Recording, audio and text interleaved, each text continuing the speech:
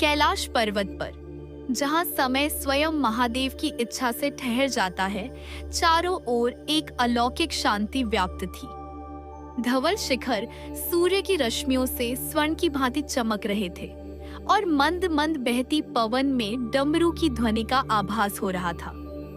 भगवान शिव, त्रिलोकी के स्वामी, अपनी समाधि में लीन थे और उनके मुख पर एक शांत चिरस्थायी मुस्कान थी। उनके निकट ही जगत जननी माता पार्वती विराजमान थी। उनकी दृष्टि समाधिस्थ शिव पर थी, किंतु उनका मन चंचल हो रहा था। वह भूलोक पर अपने पुत्रों यानी मनुष्यों की दुर्दशा को देख रही थी, विशेषकर कलयुग के घोर अंधकार में। कलयुग, जहां धर्म का ह्रास हो चुका था, अधर्म अपने चरम पर था और मनुष्य अज्ञान, भय और पीड़ा के चक्र में फंसा हुआ था। माता पार्वती का हृदय करुणा से भर गया जब उन्होंने देखा कि कैसे मनुष्य न केवल भौतिक कष्टों से बल्कि सूक्ष्म जगत की अदृश्य शक्तियों जैसे भूत, प्रेत और पिशाचों से भी पीड़ित थे। उनका भय, उनका अज्ञान और उनकी पीड़ा मां के हृदय को भेद रही थी। अचानक भगवान शिव ने अपनी आंखें खोली। उनकी आंखों में ब्रह्मांड की समस्त करुणा और ज्ञान समाहित था। उन्होंने पार्वती की ओर देखा और मुस्कुराए। हे देवी, आपके मन में कौन सी व्यथा है? आपकी करुणा की लहरें मेरे ध्यान को भी तरंगित कर रही हैं। कहिए, क्या प्रश्न आपके चित्त को व्याकुल कर रहा है? माता पार्वती ने हाथ जोड़कर कहा। हे महादेव, हे त्रिकालदर्शी, आप तो अंतर्यामी हैं, सब जानते हैं। मैं भूलोक पर कलयुग में मनुष्यों की पीड़ा देख रही हूँ। वे अज्ञान के अंधकार में भटक रहे हैं। अनेकों प्रकार के भय उन्हें सताते हैं, जिनमें से एक बड़ा भय अदृश्य शक्तियों का है। वे जिन्हें भूत प्रेत कहते हैं, वे आत्माएं जो अतृप्त रह जाती हैं, वे मनुष्यों को कष्ट देती हैं। मेरे पुत्र पुत्रियां यह भेद नहीं कर पाते कि उनके जीवन में आ रही कठिनाइयां सामान्य हैं या किसी पारलौकिक शक्ति का प्रभाव। उनकी आंखों में गहरी चिंता थी।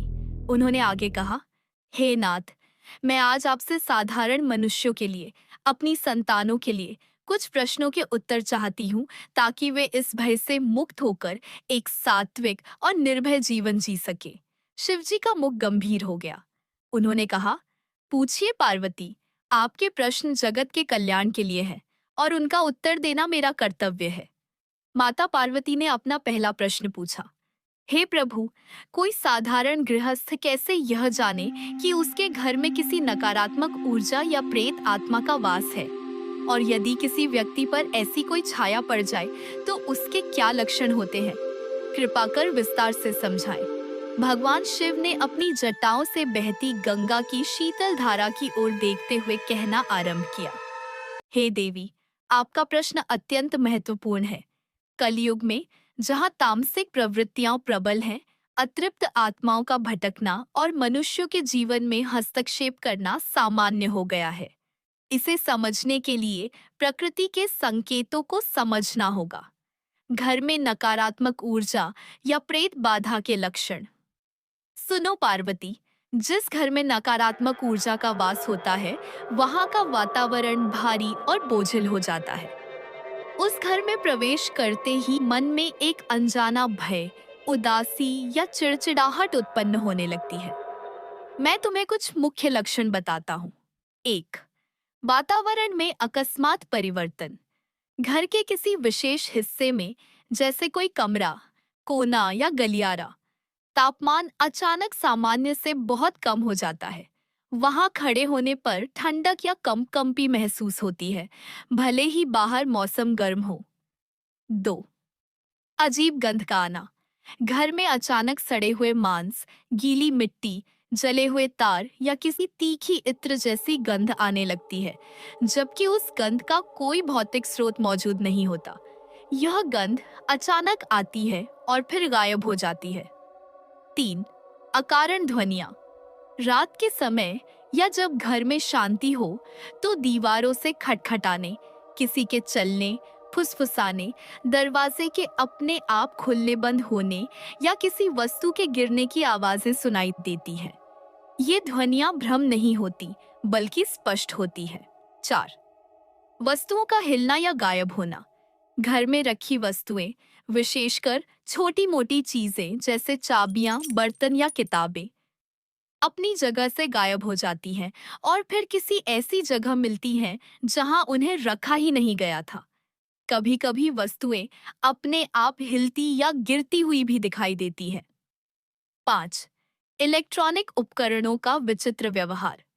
घर के बिजली के उपकरण जैसे बल्ब का अपने आप जलना बुझना, टीवी या रेडियो का अचानक चालू हो जाना और चैनल बदलना, बिना किसी खराबी के बार बार खराब होना भी एक संकेत है। 6. पालतू जानवरों का असामान्य व्यवहार।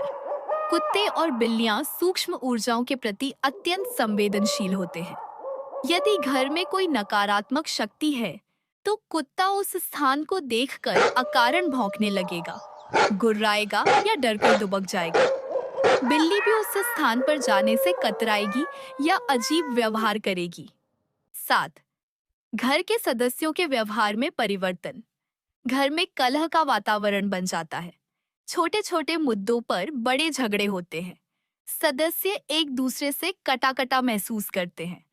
घर में किसी का मन नहीं लगता, सब बाहर भागने की कोशिश करते हैं। नींद में बाधा, बुरे और डरावने सपने आना आम हो जाता है। 8. पौधों का सूखना।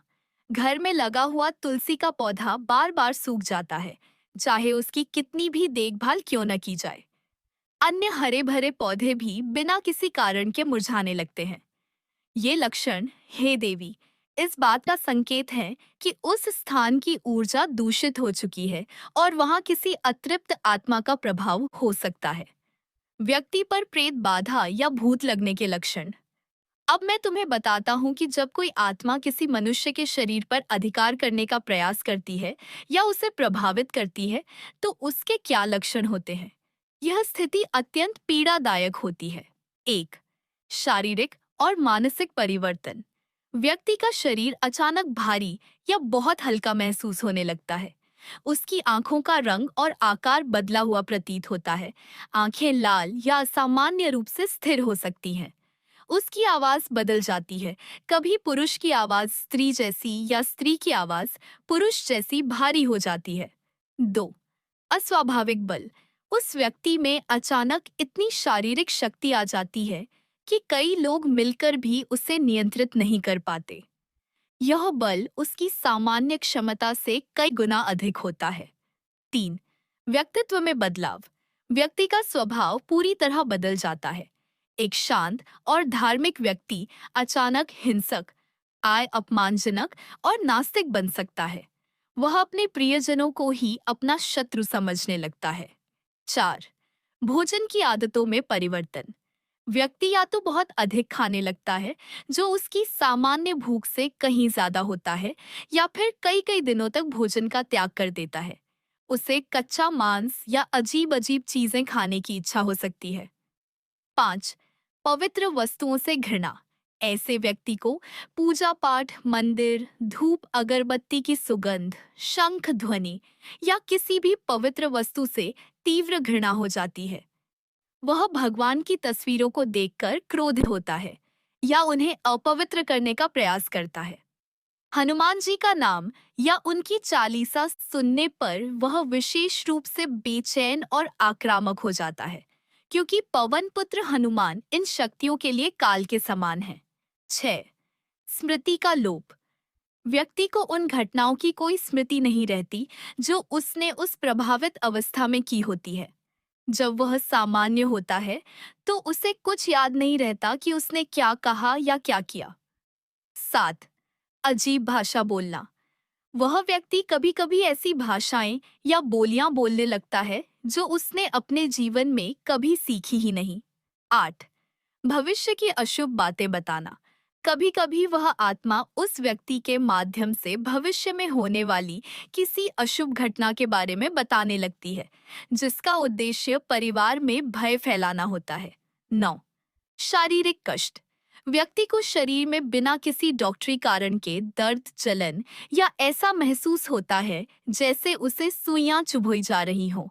उसके शरीर पर खरोंच के निशान भी मिल सकते हैं। शिव ने गहरी सांस ली और कहा, ये लक्षण किसी भी मनुष्य के जीवन को नरक बना सकते हैं पार्वती। यह अज्ञान ही है जो उन्हें इन शक्तियों का आसान शिकार बना देता है। माता पार्वती ने शिवजी की बातें ध्यान से सुनी। उनके चेहरे पर अब भी चिंता के भाव थे। उन्होंने कहा, हे त्रिलोकीनाथ, आपने लक्षण तो बता दिए, पर कई बार मनुष्य का मन भ्रमित हो सकता है। वह सामान्य घटनाओं को भी प्रेत बाधा मानकर भयभीत हो सकता है। क्या कोई ऐसा सरल और निश्चित उपाय है जिससे यह परखा जा सके कि किसी स्थान पर सच में कोई नकारात्मक शक्ति है या नहीं? क्या जल या किसी अन्य वस्तु से इसका परीक्षण संभव है? भगवान शिव मुस्कुराए। आपका प्रश्न विवेकपूर्ण है देवी। हाँ, प्रकृति ने हमें ऐसे कई संकेत और माध्यम दिए हैं जिनसे सत्य को परखा जा सकता है। पंचतत्वों में जल सबसे संवेदनशील तत्व है। वह अपने आसपास की ऊर्जा को तुरंत ग्रहण कर लेता है।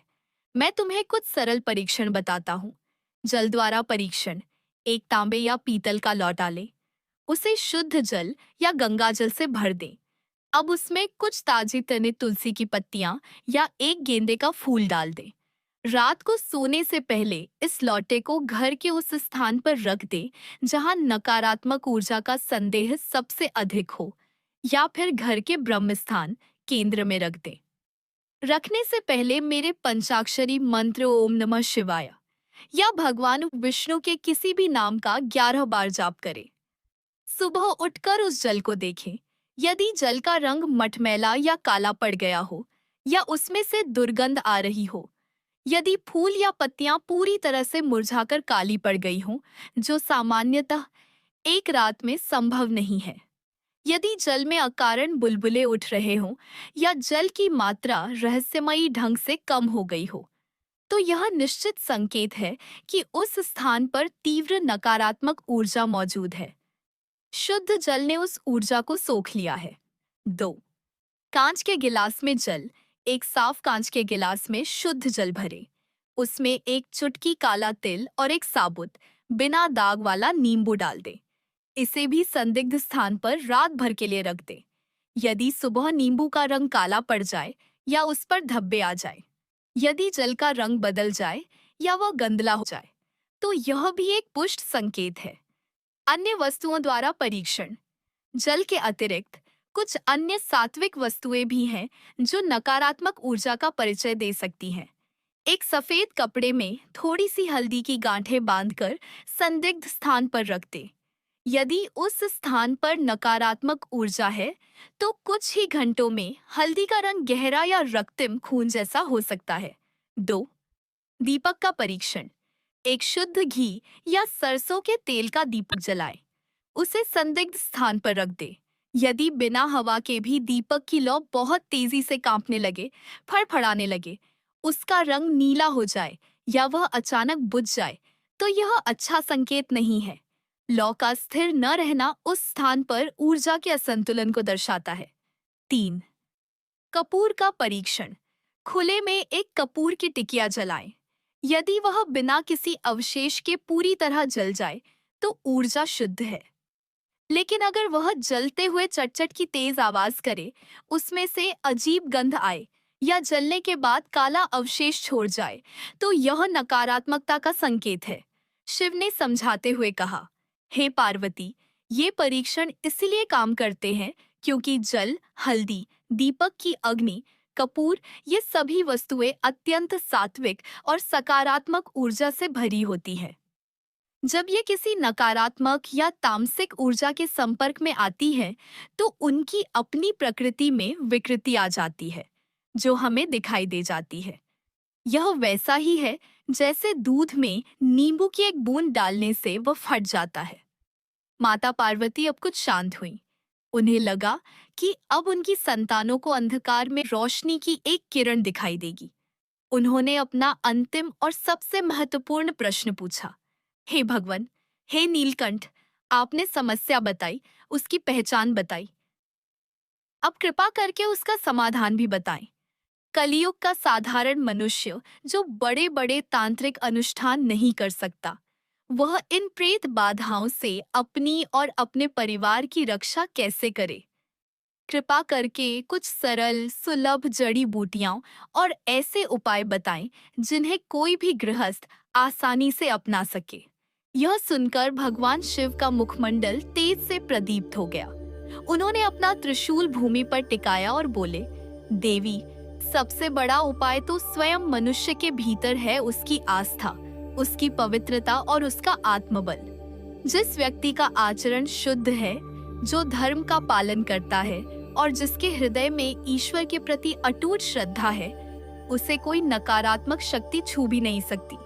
हनुमान जी का एक भक्त जहाँ खड़ा हो जाए, वहाँ भूत प्रेत तो क्या, काल भी भयभीत होता है। किंतु मैं तुम्हारे आग्रह पर कुछ सरल भौतिक और आध्यात्मिक उपाय अवश्य बताऊंगा। सरल जड़ी बूटियां और धूप। प्रकृति ने हमें ऐसी कई वनस्पतियां दी हैं जिनकी गंध और ऊर्जा से नकारात्मक शक्तियां दूर भागती हैं। इन्हें घर में प्रयोग करना चाहिए। 1. गुग्गुल और लोबान। यह सबसे शक्तिशाली धूप है। गुग्गुल और लोबान को कंडे, गोबर के उपले पर जलाकर उसका धुआं पूरे घर में, विशेषकर कोनों में दिखाना चाहिए। यह क्रिया शाम के समय सूर्यास्त के तुरंत बाद करनी चाहिए। इसकी दिव्य गंध न केवल वातावरण को शुद्ध करती है, बल्कि सूक्ष्म जगत की आत्माओं को कष्ट देकर उन्हें वह स्थान छोड़ने पर विवश कर देती है। 2. पीली सरसों और नीम के पत्ते।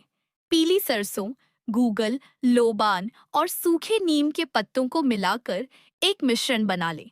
इसे भी कंडे पर जलाकर पूरे घर में धूनी दे। यह एक अत्यंत प्रभावी उपाय है। नीम को तो स्वयं माँ दुर्गा का स्वरूप माना गया है और पीली सरसों में नकारात्मक ऊर्जा को काटने की अद्भुत क्षमता होती है। 3. अगर तगर। अगर और तगर नामक लकड़ियों को जलाकर उनकी धूनी देना भी प्रेत बाधा को शांत करता है। 4.